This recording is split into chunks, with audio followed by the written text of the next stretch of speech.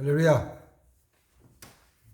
권재천 목사입니다. 오늘도 말씀 묵상하겠습니다. 오늘 사무엘하 21장 14절 말씀 먼저 보겠습니다. 사울과 그의 아들 요나단의 뼈와 함께 베냐민 땅 셀라에서 그의 아버지 기스의 묘에 장사하되 모두 왕의 명령을 따라 행하니라. 그 후에야 하나님이 그 땅을 위한 기도를 들으시느니라.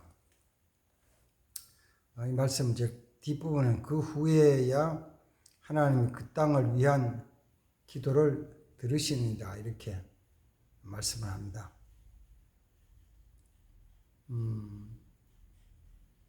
그 전에 기도했는데 하나님 안 들으시다가 그 후에 들으셨다는 것이죠. 뭔 말인지 좀 궁금하잖아요. 사무엘하 21장에서는 다윗의 그 통치 기간, 압살롬의 그 반란 이후에 하나님께서 유대 땅에 기근을 내리셨는데 3년을 연속으로 기근이 왔다는 거예요. 한 해 기근 오고 그 다음에 오고 그 다음 또 3년을 연속으로 기근이 왔어요. 그러니까 한 3년 연속 기근이 오면은 사실 먹을 양식이 많이 없죠. 농사 지어도 기근이 되면은 세상 말로 반도 수확이 안 나고 어떤 3분의 1도 안 나고 그러니까 먹을 양식이 많이 줄어서 굶주린 사람도 생기고 또 더 나가면은 그로 통해서 굶어 죽은 사람이 생겼을지도 모르죠. 그때 이제 왕인 다윗이 하나님 앞에 기도를 하는 것입니다. 하나님, 이 땅에 기근을 거두어 주십시오. 적당할 때 비를 주셔서 곡식 열매 맺게 하시고 백성들에게 풍성을 주십시오. 복을 주십시오. 이렇게 기도를 하죠. 근데 하나님 기도를 안 들으셨어요. 사실 다윗은 왕이지만 하나님께 기도해서 어쩌면 선지자 못지않게 하나님이 보여주신 것, 들려주신 것 많이 들었거든요. 기도 응답을 많이 받았죠. 처음에 사울 왕을 피해 도망 다닐 때부터 시작해서 하나님 기도하면 그에게 말씀해 주시고 그 사람 인도해 주셨죠. 그런데 이 3년 계속된 기근 속에서 하나님께 기도하니까 하나님이 응답 안 해주시는 거예요. 응답 안 하시고 보여주시는 것이 뭐냐면은 다윗 앞서 일했던 그 사울 왕 때 사울 왕이 그냥 유대 그 어떤 민족적인 열심으로 그 땅에 사는 기브온 사람들을 많이 살해를 했어요. 죽였어요. 그 일 때문에 하나님이 진노하셨다는 거죠. 왜 그 일 때문에 진노하냐면은 남은 기브온 사람들이 하나님께 호소하잖아요. 너무 억울하다고. 우리 너무 억울하다고 하나님께 호소를 하는 거예요. 하나님 부르짖어 기도하는 거예요. 그 억울한 가운데 억울한 죽임을 당한 자손들이 기브온 사람들이 그 호소를 하나님 들으시고 이스라엘 땅에 기근을 내리신 거거든요. 그래서 하나님께서는 먼저 뭘 해결하라 그러냐면은 기브온 사람들의 관계에서 무제한 피 흘린 것을 해결하는 거예요. 기브온 사람들은 이스라엘 자손은 아니죠. 가나안 족속이었는데 가나안 땅을 점령하던 여호수아에게 거짓으로 서로 침략하지 않는다는 약조를 맺죠. 약조를 맺어요. 그래서 여호수아는 물론 그들에게 속아서 약조를 맺었지만 절대로 너희를 진멸하지 않겠다. 너희 마을을 진멸하지 않겠다. 우리 자자손을 그렇게 하지 않겠다라고 약조를 맺었는데 그 약조를 사울왕이 깨트린 거예요. 그리고 기브온 사람들 많이 죽였어요. 그 때문에 하나님 진노하셨는데 하나님이 그걸 다윗에게 보여주시면서 그걸 하라. 그래서 다윗이 기브온 사람들을 물었습니다. 어떻게 하면 좋겠냐. 너희들이 좀 이해하고 용서하고 우리 민족을 위해서 복을 빌어줘라. 그러니까 기브온 사람들 이 문제는 그냥 넘어갈 수 있는 게 아니고 우리를 죽인 원수들에 대한 것을 갚아주시오. 그 사람들을 벌하십시오. 잘못된 사람들을 찾아서 벌을 내려달라고 그러는 거야. 그래서 다윗이 그러면 하자고. 그래서 사울은 이미 죽고 사울의 아들들인 요나단과 그 형제도 다 죽고 그 밑에가 남았죠. 요나단의 아들은 무비보셋과 그 다음 또 나머지 자손들이 있어요. 사울의 첩의 자손들이. 그래서 다윗이 그 요나단을 아껴서 무비보셋에 난 자녀들은 그냥 두고 첩의 아들들을 잡아서 7명을 기브온 사람들을 무지한 피를 흘린 것에 대한 책임을 물어서 또 그들을 7명을 사형 집행을 처형을 합니다. 그러니까 이런 거에 보면은 기브온 사람들은 여호수아와 서로 침략하지 않고 진멸하지 않고 약조를 맺어서 가나안에 같이 생활하고 있는데 그 약조를 깨뜨리고 사울이 무지한 기브온 사람들의 피를 흘리고 죽였거든요. 그 남은 가족들과 그 기브온 사람들이 마음에 막 원통한 원한이 있어서 하나님께 호소하는 원통하다 호소하는 거거든요. 하나님은 그걸 갚아라. 그걸 갚으라는 거예요. 그래서 다윗이 또 사울 왕의 자손들 중에서 그들에게 죄값을 물어서 남은 7명을 또 잡아서 피값을 갚아가지고 처형을 하죠. 그러면 기브온 사람들도 억울하게 죽임을 당해서 원통해서 피값 하는 호소를 하고 그 피값 받는다고 사울의 첩의 자녀들 중에서 7명 잡아서 죽이니까 이 사람들도 또 억울한 거죠. 우리 할아버지 지금 우리 무슨 죄값을 할아버지 잘못해서 우리 갚아야 되냐고. 나는 피 흘리는 거 보지도 않는데요. 억울해서 한 모습이 사울의 첩 중에 하나 리스바라는 첩이 자기 자식이 5이 죽었거든요. 너무 억울하잖아요. 그것도 억울한 거예요. 그것도 억울해. 그래서 통곡을 하면서 바위 위에 벼옷을 입고 앉아서 새들이 짐승이 죽은 자식 시체지만 해치지 못하도록 울면서 통곡하면서 지키는 거예요. 그 소식을 들은 다윗이 생각하니까 자기와 사울의 아들 요나단 아주 절친한 사이인데 가만 생각하니까 그동안에 세월이 한참 지났죠. 세월이 한참 지난 동안에 사울의 뼈를 장사를 제대로 안 지내준 거예요. 안 지내줬어. 그래서 그때야 다시 돌이켜서 사울의 뼈, 요나단의 뼈들을 다 수습에 거두어서 사울이 살던 고향 기스의 땅에다가 장사를 잘 지내줘요. 그 장사 지내주는 것으로서 이 리스바의 첩에 사울의 첩에 그 마음을 좀 달려주죠. 달려줘요.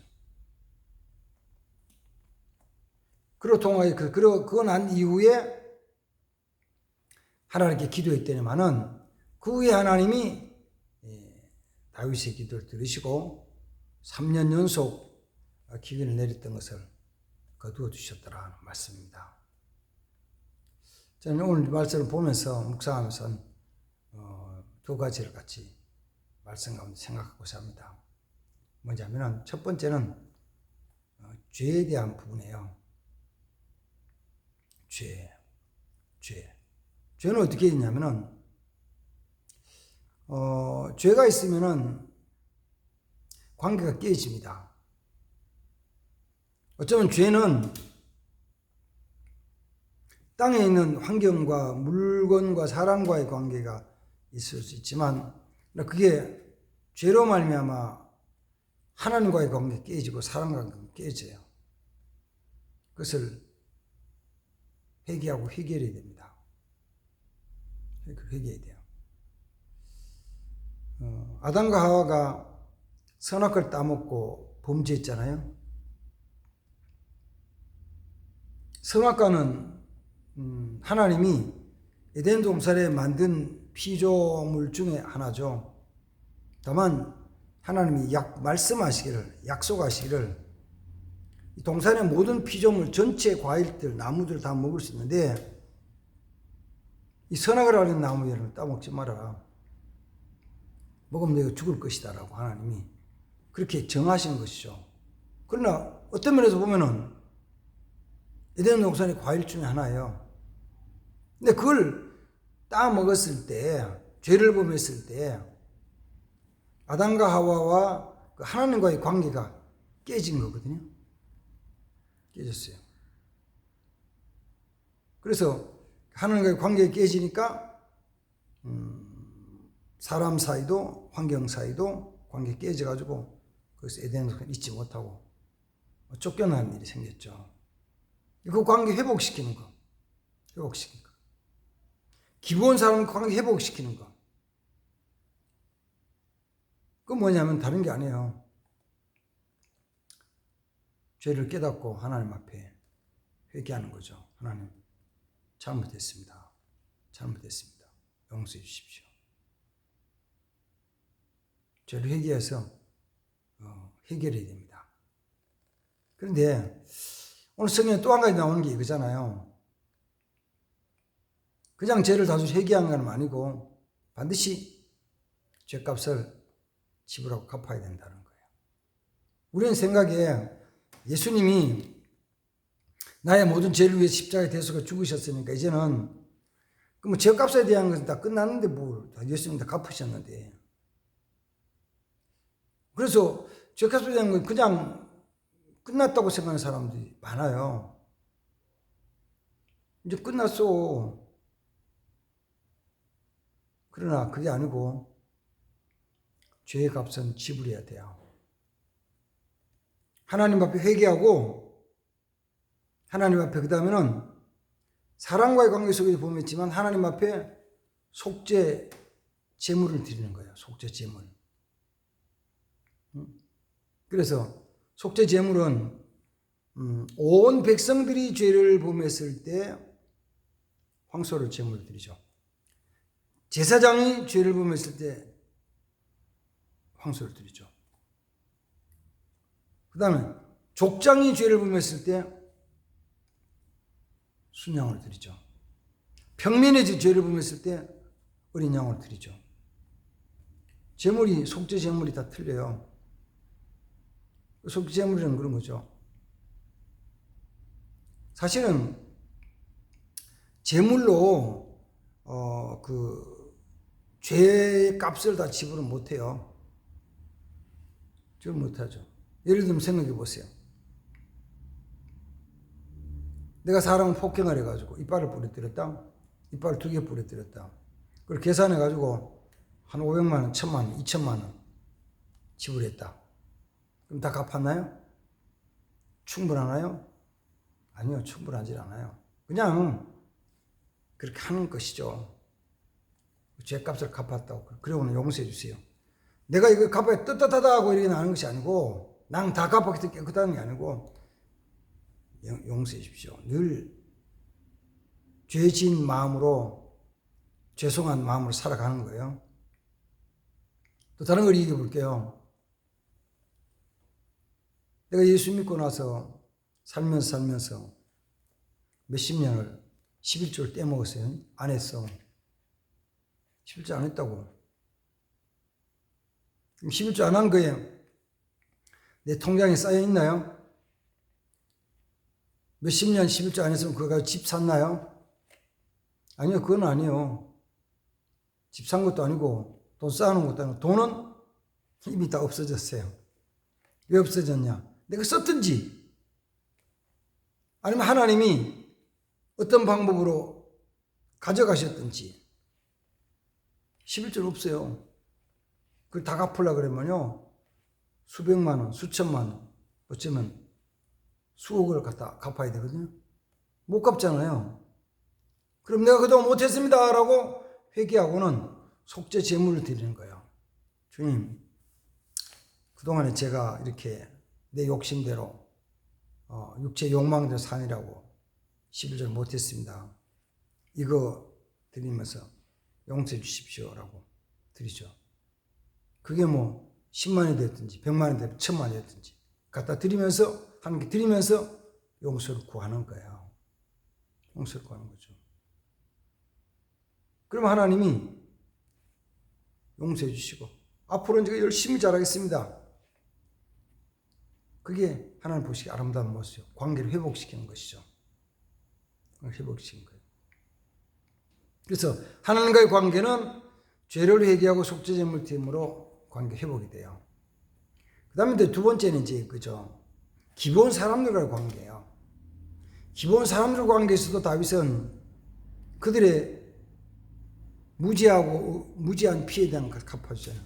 그 다음 법을 집행하면서 생긴 사울의 자손들이 한 그 일의 피해에 대한 것은 사울과 요나단과 그 죽은 사람들 모든 뼈를 잘 수습해서 장사 지는 걸로 말미암아 사람과의 관계도 회복시켜 나가요.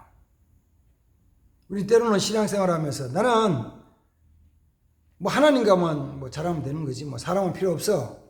그래서 사람은 아주 그런 거죠. 왜? 저 인간을 보니까 틀린 거거든. 아주 못됐어. 성격도 나쁘고 욕심도 많고 인간 같지도 않고 나는 사람과의 관계는 사람은 무시야. 상관없어.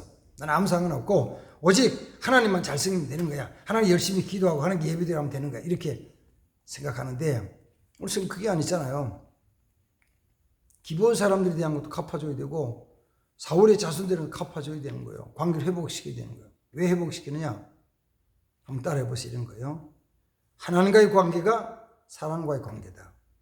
하나님과의 관계 회복이 사람과의 관계 회복이에요. 꼭 그러면 사람과의 관계 회복되는 것이 하나님과의 관계 회복되는 거예요. 사람과의 원수돼가지고 회복시키지 않고 하나님과 관계 회복시키는 이거는 거짓말인 거예요. 안 되는 거예요. 안 맞는 거예요. 왜 안 맞느냐? 하나님 사람을 만드실 때 하나님 형상으로 만드셨거든요. 제가 지난번에 말씀드렸지만 제 모습 속에서 지금은 제가 살아오면서 죄로 말미암아 많이 일그러졌어요. 내 모습이 깨졌다고. 그 깨진 모습이 뭐냐면 인간의 모습이 깨진 건 아니고 내 안의 죄성 때문에 하나님의 형상이 깨졌어요. 우리는 그 형상을 회복시키는 거예요. 회복시키는.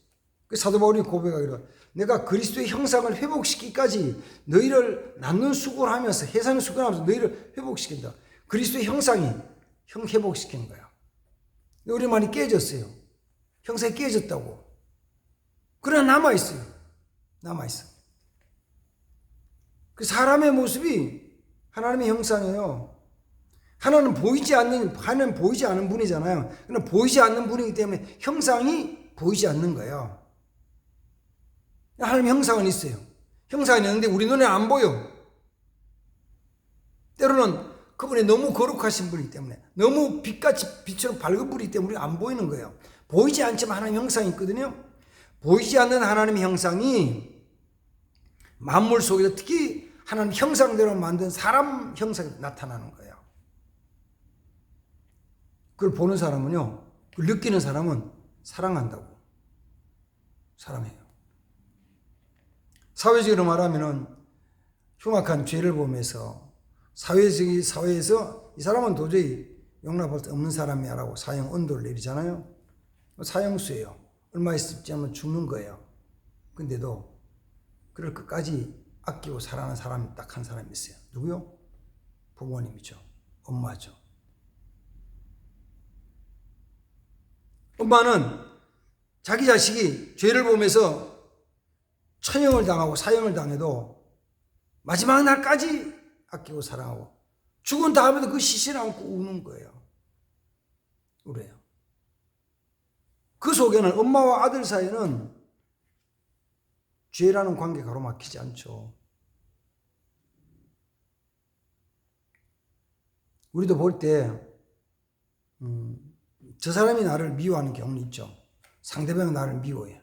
욕하고 뒤에서 비난하고 중상하고 내가 하는 일에 가지고 허물고 하는 일에 대한 허물고 그 다음 또 막 씹고 욕하고 거짓으로 말 빅트를 할 때가 있죠. 그러나 내가 그 사람을 원수 삼지는 말라는 거예요. 그 사람은 나를 원수 삼을 수 있어요. 나를 대적해서. 내게는 절대로 원수 삼는 일 하지 마라. 나는 뭐 하냐면은 어떻게 하든지 간에 화목하려고 내 마음 그런 마음이 없도록 같이 힘써 기도해서 회복시켜야 돼요. 왜 중요하냐면은 오늘 사무엘상 21장 14절 속에서 그 후에야 하나님이 기도를 들으시고 응답해 주신다는 거예요. 이거는 사실은 기도를 많이 하면서도 응답되지 않는 것 잘 살펴보면 전부 관계, 하나님과의 관계, 사랑 관계가 아직도 제대로 회복되지 않고 깨져 있는 상태예요. 사랑 관계가 깨져 있다. 그럼 회복이 응답이 잘 되겠어요? 부부 사이에 깨어져 있는데, 부부 사이의 관계가 깨져 있는데, 당신 돈 다 가져와. 그러면 다 갖다 줘요? 다 갖다 줄 수 없으면 꼽을 치잖아요. 자기 비상금을 꼽을 쳐요. 하나님과의 관계에서도 하나님 관계 깨졌는데 하나님 주세요? 그럼 주세요? 안 주시지. 안 되지. 자, 그 후에야 하나님 그 땅을 위한 기도를 들으셨다는 말씀. 관계 회복입니다. 관계 회복이에요. 죄를 회개하고 관계를 회복하고 죄를 회개하고 속죄금을 드리고 하는 관계를 회복시켰을 때 하나님이 역사하십니다. 이런 은혜의 삶이 되기를, 이런 기도의 삶이 되기를 바랍니다. 기도하겠습니다. 하나님 아버지, 오늘 아침에는 이스라엘과 기브아 사람, 사울과 기브아 사람들의 관계, 다윗과 기브아 사람들의 관계에 대한 말씀을 묵상합니다. 다윗이 기도하기 전에, 응답받기 전에 먼저 그 사람들이 우울했던 것을 풀어 그 원한을 풀어주고 또 하나는 그 관계를 회복시켰을 후에 하나님 그들의 기도를 응답하였다 말씀하셨사오니 아버지, 우리도 다시 한번 내 자신을 돌아보며 하나님과의 관계를 돌아보며 사람과의 관계를 돌아보며 환경과의 관계를 돌아보면서 회복시키는 아름다운 일들이 있어지게 하옵소서. 예수님의 이름으로 기도하옵나이다. 아멘. 감사합니다.